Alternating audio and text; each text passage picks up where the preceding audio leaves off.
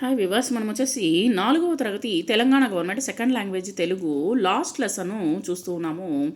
Notes నాకే రెక్కలు వస్తాయి అనేటువంటి పాఠంలోనిది. పై బొమ్మలో ఏం కనిపిస్తుంది? పై బొమ్మలో వచ్చేసి చెట్లు కనిపిస్తుంది. చెట్లు అట్లా నడవడము జరిగితే ఏమవుతుంది? చెట్లు అలా నడవడం అట్లా నడిస్తే మనకు గాలి లభించదు. అందరము చెట్టు పైన ఎక్కి ప్రయాణం చేయడం అనేటువంటిది మొదలు పెడతారు. తర్వాత వచ్చేసి నడిచే చెట్టు మీకు ఎదురు పడితే మీరు ఏం మాట్లాడతారు? నడిచే చెట్టు నాకు ఎదురు పడితే మనతో పాటు దాన్ని బడికి, తర్వాత వచ్చేసి ఆఫీసుకు తీసుకొని వెళ్తాము. కానీ అలాగా ఎప్పుడు జరగదు కాబట్టి ఇది ఊహించినటువంటి కథ మాత్రమే. కొండ అలా రెక్కలు కావాలని కోరుకోవడము సరైనదా కాదా? ఎందుకు? కొండ అలా రెక్కలు కావాలని కోరుకోవడం సరైనది కాదు. ఎందుకంటే కొండ ఎగిరితే మనం తట్టుకోలేము.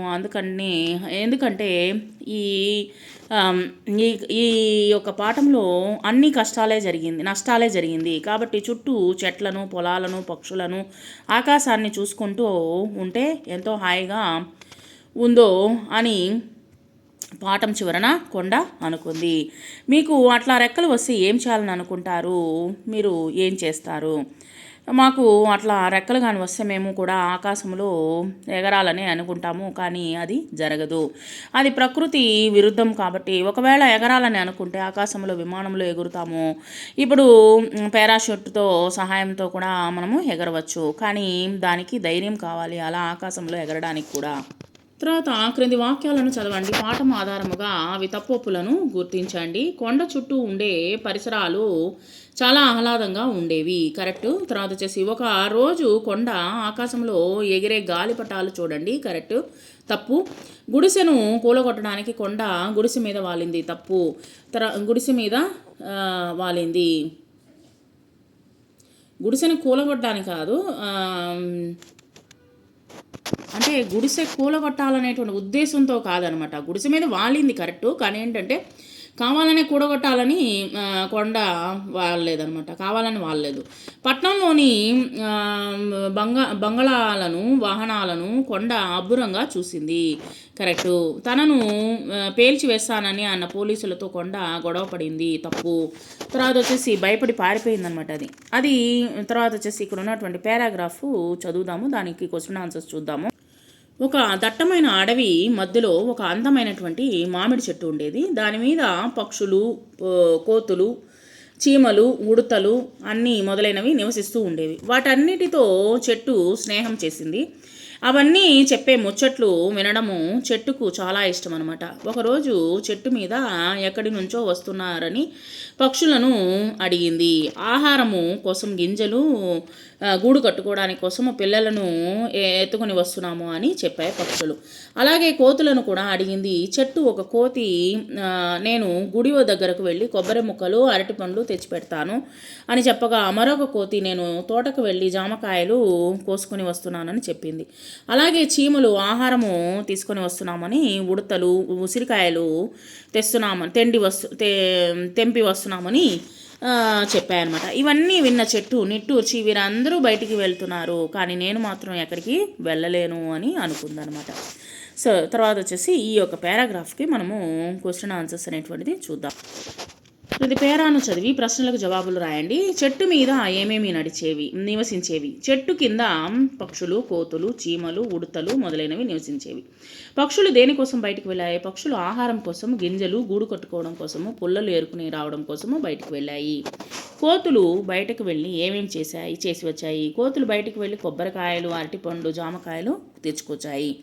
తర్వాత చెట్ల వలన ఏమేమి ఉపయోగాలు ఉంటాయి? చెట్ల వలన మనకు అనేక రకాలైనటువంటి ఉపయోగాలు ఉన్నాయి. మనకు ఆక్సిజన్ ఇస్తుంది. తర్వాత వచ్చేసి అంతేకాకుండా చెట్ల ఆకులతో గుడిసె పైన వేసుకోవచ్చు. తర్వాత వచ్చి కొమ్మలను ఉపయోగించి కర్రలు, కట్టెలు తర్వాత వచ్చేసి దొరుకుతుంది. తర్వాత వచ్చేసి చెట్టు మొద్దు ద్వారా మనం వచ్చేసి కుర్చీలు, బల్లలు ఇటువంటి ఇంటికి కావలసినటువంటి చెక్క అనేటువంటిది దొరుకుతుంది. వేర్లతో మనం వచ్చేసి చలి కాసుకోవచ్చు. ఈ విధంగా చెట్ల ద్వారా అన్నీ మనకు ఉపయోగాలే అనమాట.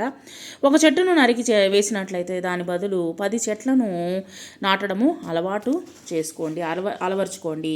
తర్వాత క్రింది వాక్యాల్లో గీత గీసినటువంటి పదాలకు అర్థాలు అనేటువంటిది రాయండి. వినయ్ విమానంలో భూమి మీద ఉన్న వాటిని చూస్తూ ఎంతో అబ్బురపడడం అంటే ఆశ్చర్యపోవడం అనమాట.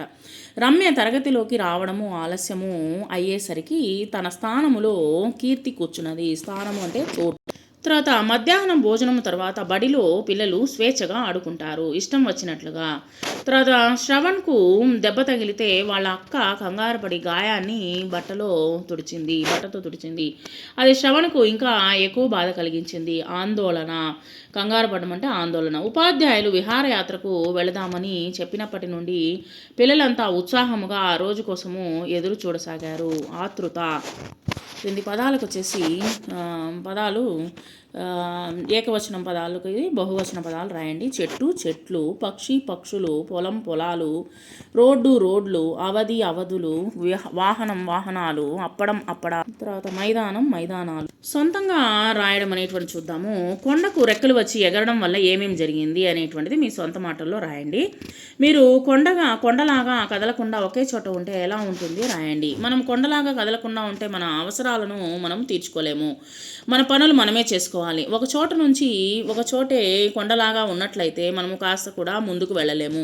కాబట్టి మనము మనుషులము కొనలాగా ఒక చోట ఉండలేము. సరే, కొండ గుడిసె మీద ఎలాగైతే గుడిసె కూలిపోయింది కదా, అలా కాకుండా గుడిసెలోని వారితో మాట్లాడి కానీ ఉండుంటే ఏ విధంగా ఉండుండదో చెప్పండి. ఇక్కడ వచ్చేసి కొండ. బాగున్నారా బాబు అని కొండ అడుగుతూ ఉంది. గుడిసె యజమాని, అయ్య బాబోయ్ నువ్వేంటి ఇలా వచ్చావు అన్నది గుడిసె యజమాని. కొండ, నాకు ఊరు చూడాలనిపించింది ఇలా వచ్చాను అనింది. గుడిసె యజమాని, నీకు ఊరు చూడాలనిపిస్తుందా, రా నేను తీసుకువెళ్తాను అని చెప్పాడనమాట. కొండ, చెరువులు చూసింది, చెరువులో దూకేనా అని అడిగిందనమాట.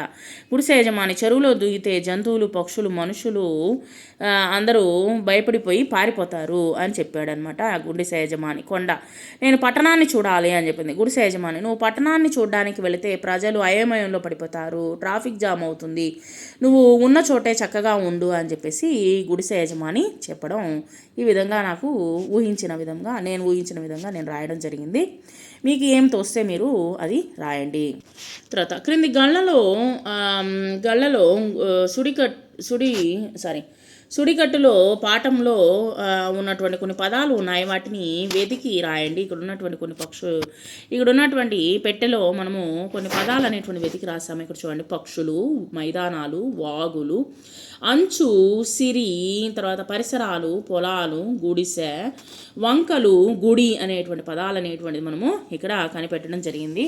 తర్వాత వచ్చేసి క్రింది భాషను గురించి తెలుసుకుందాము. క్రింది వాక్యాల్లో గీత గీసినటువంటి పదాలు ఏ భాషా భాగానికి చెందినవో రాయండి. పక్షులన్నీ ఆకాశంలో ఎగురుతున్నాయి. ఇప్పుడు ఎగరడం అంటే ఒక పని కదా, క్రియ అనమాట. తర్వాత అది ఒక అందమైన ఊరు. అది అనేటువంటి